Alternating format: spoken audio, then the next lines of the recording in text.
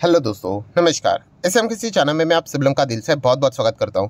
दोस्तों, इस वीडियो में हम लोग बात करने वाले हैं एक बैड न्यूज़ के बारे में। यस, देखिए, अच्छी खबर को तो हम लोग कवर करते, बट उसी के साथ साथ अगर कोई बुरी खबर आती है तो उसको भी कवर करना यहाँ पे पड़ता है। एंड बैड खबर की अगर हम लोग ये बात करें, न्यूज़ की अगर हम लोग बात करें, ये किसी पर्टिकुलर स्टॉक सेक्टर के बारे में यहाँ पे नहीं है। ये एंटायर इकोनॉमी से रिलेटेड एंटायर शेयर मार्केट को ये इम्पैक्ट यहाँ पे करवा सकती है। एंड अगेन मैं यहाँ पे एक बात बोलना चाहूँगा। देखिए, अगर आपने शेयर मार्केट में कदम रखा है ना, तो इस प्रकार की चीज़ें चलती रहती है। ये मुझे इसीलिए बोलना पड़ता है क्योंकि कुछ लोग बैड न्यूज़ देखकर ही सुनकर ही भाग जाते हैं। सो भागना नहीं है आप लोगों को। मैं कितनी बार आप लोगों को बोल चुका हूँ, सरेंडर वेरेंडर नहीं करना है यहाँ पे। ये चीज़ें चलती रहती है यहाँ पे। कोई मार्केट तबाह नहीं होता है इसके चलते। कोई मार्केट जाके सीधा जीरो नहीं हो जाएगा, नहीं तो जाके मार्केट 10,000 का हो जाएगा, नहीं तो 5,000 का हो जाए, ऐसा कुछ नहीं होता है। हाँ, बट जो मज़ा चल रहा है मार्केट में, अच्छी खासी तेज़ी बनी रहती है। 19,000, 19,500, 20,000 को टच करने की जो मज़ा था, वो थोड़ा सा मज़ा ख़राब हो सकता है। मतलब देखिए, मार्केट ऊपर जाने के लिए कुछ लोग कोशिश करते हैं, जिसको हम लोग बुल बोलते हैं, बुल गैंग्स बोलते हैं। एंड मार्केट को तोड़ने के लिए अगर हम लोग बात करें, ठीक है, उसकी भी कोशिश करते हैं, बेयर गैंग्स होते हैं। तो ये बेयर गैंग के लिए बहुत ही शानदार खबर देखने को मिल रही है। मतलब अगर बाजार में पैनिक फैलाना है तो उनके लिए बहुत ही आसान मतलब एक ऑप्शन यहाँ पे रेडी हो चुका है। ऐसी खबर हम लोग को बाजार में देखने को यहाँ पे मिल चुकी है। ठीक है, सो अगर आप एक इन्वेस्टर हो, लॉन्ग टर्म इन्वेस्टर हो, तो इसके चलते डरने की जरूरत है कि मैं एग्जिट करूँ क्या। एग्जिट नहीं करना होता है। हाँ, बट इतना कह सकते हैं कि आपका जो पोर्टफोलियो आप देखते थे कि अच्छा चल रहा है, थोड़ा बहुत अच्छा चल रहा है, तो उसमें लाल निशान का रंग थोड़ा ज़्यादा आपको देखने को मिल सकता है अगर डेली बेसिस के परसेंटेज की बात करें तो। ठीक है, ऐसा क्या हुआ है? तो दोस्तों, आपको पता ही है कि सबसे ज़्यादा इंपॉर्टेंट प्रॉब्लम क्या है दुनिया भर के बाजार की अगर हम लोग बात करें, इन्फ्लेशन।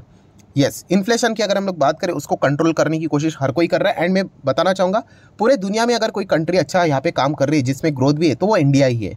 सो इन्फ्लेशन की अगर हम लोग बात करें दोस्तों, तो आज के दिन इन्फ्लेशन का डेटा यहाँ पे सामने आने वाला था, जो कि ऑलरेडी यहाँ पे आ चुका है। बहुत सारे लोगों ने रिक्वेस्ट भी किया, सर इसके ऊपर वीडियो बना दीजिए। तो मैंने प्रॉमिस भी किया था कि यस, ज़रूर यहाँ पे बनाऊंगा। आराम से बनाएंगे। क्यों? क्योंकि कल के दिन छुट्टी है बाजार को। थोड़ा सा अच्छा लग रहा है यहाँ पे कि कब ऐसा बहुत रेयरली देखने को मिल जाता है कि खराब खबर आ गई और यहाँ पे कल बाजार हमारा बंद है करके। तो रिएक्शन के चलते हम यहाँ पे कह सकते हैं कि हमें एक दिन रुकना पड़ेगा। ठीक है, तो ऐसा क्या हुआ है? तो इन्फ्लेशन का डेटा सामने आ चुका है। एंड दोस्तों, टू बी ऑनेस्ट, डेटा बहुत ही खराब है। इसमें कोई शक की गुंजाइश नहीं। मतलब एक बच्चा भी बता देगा स्कूल जाते वाला कि इन्फ्लेशन का डेटा अगर हम लोग चेक करेंगे, पिछले टाइम का जो डेटा था, ठीक है, ये अभी जुलाई मंथ का डेटा आ चुका है, अगस्त अभी भी चल रहा है, तो जून का डेटा कितना था? 4.87%। इस वक्त की बात करें, हर किसी को पता था इन्फ्लेशन ज़्यादा ही आएगा करके। तो जितने भी इकोनॉमिस्ट है, उन्होंने फोरकास्ट किया था ज़्यादा ही, कि 6.5 के आसपास आएगा, 6.40। मतलब जो RBI का टॉलरेंस लेवल रहता है, 2 से लेके 6% का जो बैंड रहता है, 2 के नीचे भी जाना नहीं चाहिए, 6 के ऊपर भी जाना नहीं चाहिए। 6 के बाहर जाएगा तो दिक्कत हो जाती है। तो एक्सपेक्टेशन भी कितना था? 6.4। एंड हकीकत में कितना आया? 7.44%। तो हम लोग ज़रूर कहेंगे दोस्तों, इसमें कोई रॉकेट साइंस की बात नहीं है। बहुत ही ख़राब डेटा देखने को मिल रहा है कि लगभग 7.5% तक इन्फ्लेशन, रिटेल इन्फ्लेशन इतना भयंकर सर्ज होते हुए देखने को मिल रहा है। बिल्कुल ताज़ी आज ही की खबर है, आप देख सकते हैं। 14 अगस्त 5:30 बजे के आसपास ये डेटा यहाँ पे आया था। एंड इसी चीज़ के चलते दोस्तों, हम लोग यहाँ पे कह सकते हैं अभी कुछ खामियाजा मार्केट को यहाँ पे भुगतना भी पड़ सकता है। मतलब हम लोग ऑलरेडी इतना टॉप लेवल पे अच्छा खासा परफॉर्मेंस दे रहे हैं, एंड बियर वालों को कुछ ना कुछ तो चाहिए ही रीज़न कि मार्केट को थोड़ा सा प्रेशराइज किया जाए। तो ये मस्त बहाना उनको यहाँ पे मिल चुका है, जो कि वैलिड भी है। ऐसा नहीं कि कुछ भी कारण है करके। देन अगर हम लोग बात करें इन्फ्लेशन की ही, तो थोड़ा सा हम लोग इसको डिटेल में जानने की कोशिश करते हैं कि अगर हम लोग बात करें तो ये जो इन्फ्लेशन का डेटा रहता है, ठीक है, तो फूड प्राइजेस दोस्तों, ये सबसे ज़्यादा हम लोग को स्पाइक होते हुए देखने को मिले, खाने पीने की चीज़ें। और इन्फ्लेशन का जो इंडेक्स होता है, CPI इंडेक्स, जैसे मैंने आप लोगों को अभी दिखाया ना, और किधर गया ये देखिए, क्या लिखा है? इंडियन कंज्यूमर प्राइस इंडेक्स लिखा है। इंडेक्स मतलब अभी निफ्टी 50 क्या है? इंडेक्स है। इसमें इंडेक्स मतलब क्या? 50 शेयर रहते हैं। वैसे ही इस इंडेक्स की बात करें, CPI इंडेक्स में महंगाई किसी एक चीज़ के चलते कैलकुलेट नहीं होती है कि सब्जियों के दाम बढ़ गए या फिर घट गए तो हम लोग बोलेंगे महंगाई बढ़ गई या फिर कम हो गई। पेट्रोल के दाम बढ़ गए, कम हो गए, तो हम लोग नहीं बोलेंगे महंगाई ज़्यादा हुई, कम हुई। यस, इस इंडेक्स में बहुत सारी चीज़ें इन्वॉल्व रहती है। एंड उसमें अगर देखा गया, सबसे ज़्यादा जो कॉन्ट्रीब्यूशन होता है ना दोस्तों, ये फूड का, खाने पीने की चीज़ें यहाँ पे रहती है। वेजिटेबल, फूड, सीरियल्स, अनाज की अगर हम लोग बात करें, उनका कॉन्ट्रीब्यूशन ऑलमोस्ट 50% का होता है। जैसे हम लोग निफ्टी 50 में क्या बोलते हैं, IT एंड फाइनेंशियल सर्विसेज का कैसे 50% कॉन्ट्रीब्यूशन है, वैसे ही इन्फ्लेशन का डेटा में अगर हम लोग बात करें, फूड के जो मतलब कंट्रीब्यूशन यहाँ पे रहता है, वो 50% के आसपास रहता है। तो फूड के प्राइस अगर बढ़ेंगे, दैट्स इट, इन्फ्लेशन भी बढ़ते हुए देखने को मिलेगा। इसलिए टाइटल में आप देख सकते हो कि फूड के प्राइस यहाँ पे बढ़ गए तो ये पुश क्या करेगा, इंडिया का रिटेल इन्फ्लेशन 15 महीने के हायर लेवल पे जा चुका है, लगभग 7.5% के आसपास। सो अगर हम लोग यहाँ पे बात करें तो यहाँ पे चेक करेंगे, फूड की बात करें तो वेजिटेबल्स देखने को मिलेंगे, शार्प इंक्रीज देखने को मिल रहा है वेजिटेबल में, बाप रे बाप। आप चेक करोगे यहाँ पे तो डेटा देखिए ईयर ऑन ईयर बेसिस कहाँ से कहाँ हम लोग को चीज़ें बढ़ती हुई देखने को यहाँ पे मिल रही है। देन अगर हम लोग यहाँ पे बात करें तो फूड एंड बेवरेजेस से related inflation level individual basis के हिसाब से तो 10.5% बढ़ते हुए देखने को मिल रहा है। जस्ट इमेजिन लास्ट टाइम कितना था, देखिए 4.5 के आसपास, इस वक्त 10.5 के आसपास।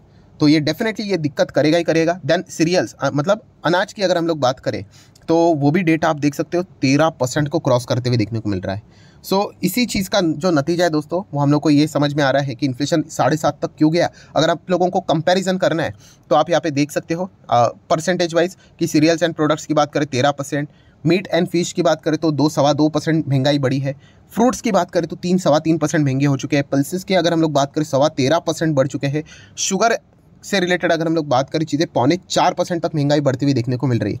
तो इन सभी चीज़ों को अगर हम लोग जोड़कर देख ले तो अल्टीमेटली इन्फ्लेशन का डेटा ऊपर ही जाएगा, वो हम लोग यहाँ पे देख चुके हैं। सो अल्टीमेटली दोस्तों अगर इसमें देखा गया तो कंक्लूजन क्या निकल कर आता है, कंक्लूजन तो दोस्तों कंक्लूजन एक ही है कि इन्फ्लेशन अगर इतना हायर लेवल पे जाएगा, इतना हायर लेवल पे, तो रेट हाइक के चांसेस बहुत ज़्यादा बढ़ जाते हैं। यस मतलब अगर हम लोग यहाँ पे आरबीआई की बात करें तो उन्होंने ना तो रेट हाइक किया था ना तो रेट कट किया था। हम लोग किस पे चल रहे थे, एन मतलब न्यूट्रल गियर पे चल रहे थे। इस वक्त के भी एमपीसीसी की बैठक में वही देखने को मिला, उन्होंने कोई भी रेट में बदलाव नहीं किया। अगर वो यहाँ पे रेट हाइक को कर लेते ना तो आज के दिन थोड़ा सा हम कह सकते कि बाजार को थोड़ा सा मतलब राहत मिल जाती। सो अभी आने वाले समय में अगर हम लोग यहाँ पे बात करें दोस्तों तो आरबीआई के एमपीसी की बैठक के ऊपर ज़बरदस्त प्रेशर यहाँ पे हो सकता है, क्योंकि इन्फ्लेशन अगर ऐसा ही बढ़ते रहा तो उनके भी हाथ बंधे हुए होते हैं। वो ऐसा नहीं होता है कि शक्तिकांता दास जी की अगर हम लोग बात करें वो अपने मन से नहीं चल सकते। अगर ये डेटा ऐसे ही बढ़ते रहा तो ऑब्वियसली उनको गाड़ी रिवर्स गियर में लेके जानी पड़ेगी। रिवर्स गियर मतलब क्या, रेट बढ़ा नहीं रहे थे एंड वापस वो रेट बढ़ाने की बातें यहाँ पे करेंगे तो दिक्कतें हो सकती हैं। एंड वैसे तो उन्होंने कमेंट्री में ये बात बोली थी कि आने वाले समय में हम लोग इन्फ्लेशन का डेटा को देखेंगे कि कैसा आता है करके। ओवरऑल उन्होंने Q2 का जो डेटा है उसका फोरकास्टिंग ऑलरेडी करके रखा हुआ है कि वो 6.4 तक आएगा करके। ये पूरे Q2 की बात कर रहे हैं वो, ठीक है। सो Q2 की अगर हम लोग बात करें तो कौन सा आता है, अप्रैल मई जून, ये फर्स्ट क्वार्टर हुआ, उसके बाद जुलाई अगस्त सितंबर। तो जुलाई का पहला महीना जो था, मतलब Q2 का पहला महीना जो था, ठीक है, जुलाई की बात करें वो तो बहुत ही खतरनाक रहा, लगभग 7.5% के आसपास। सो उसके बाद अभी अगस्त सितंबर, ये इसमें क्या परफॉर्मेंस आता है वो देखना पड़ेगा। अगर उसका एवरेज परफॉर्मेंस बहुत ही खराब रहता है तो समझ लेना कि भाई रेट हाइक तो यहाँ पे हो सकता है करके। एंड अगर रेट हाइक होगा तो आपको पता ही है मार्केट से लिक्विडिटी निकाली यहाँ पे जाती है। ऑलरेडी इन्होंने यहाँ पे बैंक से लिक्विडिटी निकाल ली है, इंक्रीमेंटल सीआरआर लगा दिया है, आप सभी लोगों को पता है। तो इस चीज़ के चलते बाजार को डेफिनेटली यहाँ पे तकलीफ हो सकती है। इतना तो समझ में आ जाता है कि ये जो डेटा आया है वो कोई सेलिब्रेट करने वाला डेटा नहीं कि चलो मिठाई बांटते करके कि 7.5% का इन्फ्लेशन आया करके, not at all. So definitely RBI के और ज़बरदस्त प्रेशर यहाँ पे क्रिएट हो सकता है।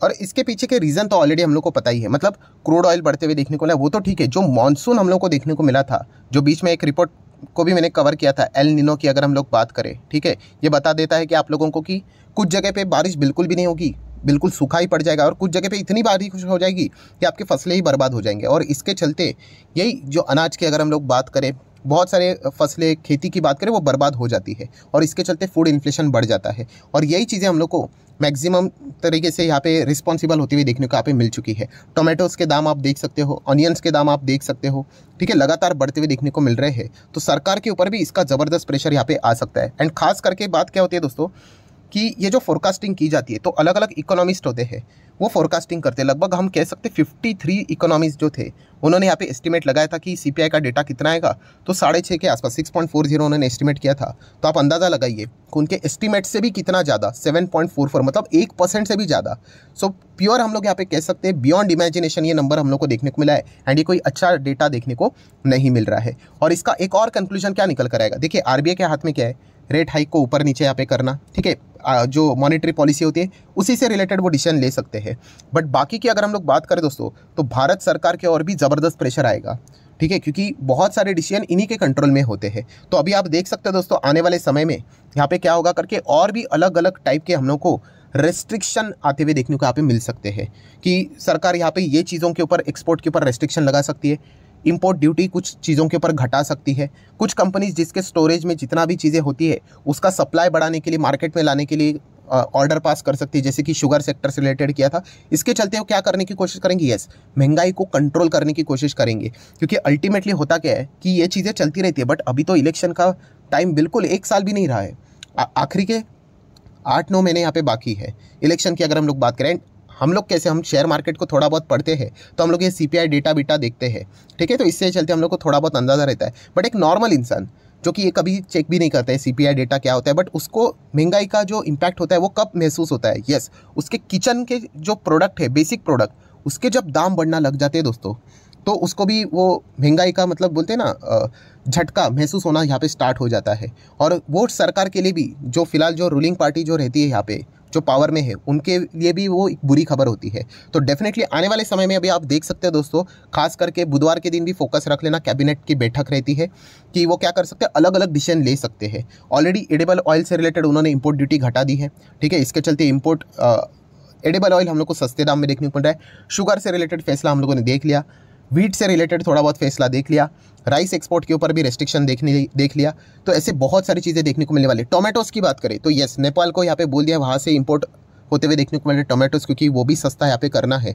सो ये जो डेटा देखने को मिला, इसके चलते सरकार में भी हम लोग को ज़बरदस्त एक डर का माहौल देखने को मिल रहा होता, क्योंकि अगर महंगाई बेकाबू हो गई तो आपको पता ही है कि आपके घर की चीज़ें अगर महंगी हो जाती है, किचन की चीज़ें, मिल्क अगर महंगा हो जाता है, टोमेटोज़ महंगे हो जाती है, सब्जियां महंगी हो जाती है, दैट्स इट, लोग सरकार को गाली देना स्टार्ट करते हैं, ठीक है। तो ये चीज़ें देखने को मिल जाती है। एंड इलेक्शन का टाइम है, जैसे मैंने कहा, तो सरकार जितना जल्दी हो सके कोशिश करेगा कि इसको कुछ भी करके नीचे लेके आओ। और यहाँ पे ऐसा करने के लिए उनको क्या करना पड़ेगा, जैसे मैंने कहा, रेस्ट्रिक्शन डालने पड़ेंगे। एंड रेस्ट्रिक्शन डालना मतलब क्या, आम जनता को खुशी देने के लिए वो कंपनीज़ के ऊपर बहुत सारे रेस्ट्रिक्शन डाल सकते हैं। मतलब यस, कंपनीज़ के लिए बुरी खबर, मतलब मार्केट से रिलेटेड भी हम लोग को कुछ बुरी खबरें देखने को यहाँ पे मिल सकती है। तो इसलिए ये जो ओवरऑल जो हम लोग को खबर देखने को मिली है, ये बिल्कुल भी सेलिब्रेट करने वाली खबर है नहीं। महंगाई बढ़ने वाली थी, अनुमान था, बट इतना 7.5% के आसपास, ये बियॉन्ड इमेजिनेशन था। एंड अगर इसको अभी तक नहीं रोका तो आने वाले समय में ये और भी ज़्यादा बढ़ सकती है। मतलब अभी तक जितनी मेहनत की थी सब पानी में जा सकती है, राइट। तो इसीलिए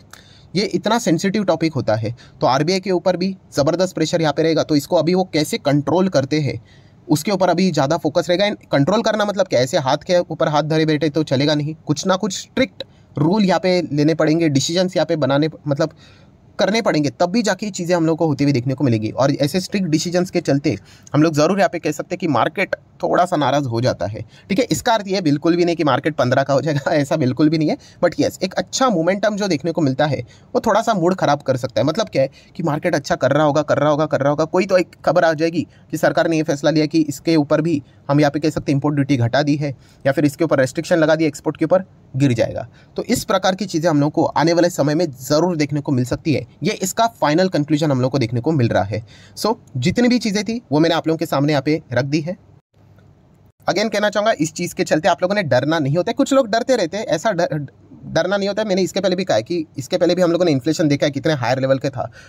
बट हाँ, तो जो टेम्पररी बेसिस के हिसाब से जो माहौल है वो थोड़ा सा हम लोग को खराब होते हुए देखने को मिलेगा। बेयर वाले थोड़े ज़्यादा एक्टिव होते हुए देखने को यहाँ पे मिल जाएंगे, ठीक है। अगर ग्लोबल मार्केट से थोड़ा सा सपोर्ट अगर आ गया तो एक आध बार जो इम्पैक्ट है वो थोड़ा सा कम हो जाए करके। बट अगर ग्लोबल मार्केट भी अगर लुढ़क गए तो फिर हमारे मार्केट के लिए तो गिरावट के लिए मतलब बोलते हैं ना, बेयर वालों को तो बहुत ही अच्छा मस्त ईजी यहाँ पे वे ओपन हो जाएगा। तो हम लोग कह सकते हैं कि आने वाला समय थोड़ा सा इंडियन मार्केट के लिए अभी थोड़ा सा प्रेशराइज वाला हो सकता है। देख लेते हैं क्या होता है करके। बट यस, इतना तो पक्का है कि डेटा बहुत ख़राब आ चुका है। देख लेते हैं, अभी कल के दिन तो बाजार क्लोज ही है, तो कल का दिन तो एंजॉय करेंगे, परसों के दिन देख लेंगे क्या होता है करके। इंडेक्स लेवल पे क्या ऊपर नीचे होता रहता है यहाँ पे। सो आशा करता हूँ वीडियो हेल्पफुल लगा होगा। तो चाहो तो आप इसको लाइक एंड शेयर कर सकते हैं। डीमैट अकाउंट अगर आपने अभी तक ओपन नहीं किया है तो लिंक नीचे डिस्क्रिप्शन में 25 वीडियो की लिस्ट भी आपको बिल्कुल फ्री ऑफ कॉस्ट मिल जाएगी। आपका नाम, कौन सा अकाउंट आपने लिंक के थ्रू ओपन किया, प्रॉपर्ली कमेंट्स में मेंशन कर देना। तो हफ्ते भर के अंदर सारे लेक्चर्स मेरे साइड से फ्री ऑफ कॉस्ट प्रोवाइड कर दी जाएंगे ताकि आप शेयर बाजार को आसान भाषा से सीख सको। So that's it, thank you very much दोस्तों। We will be meeting our next video. तब तक के लिए बाय बाय।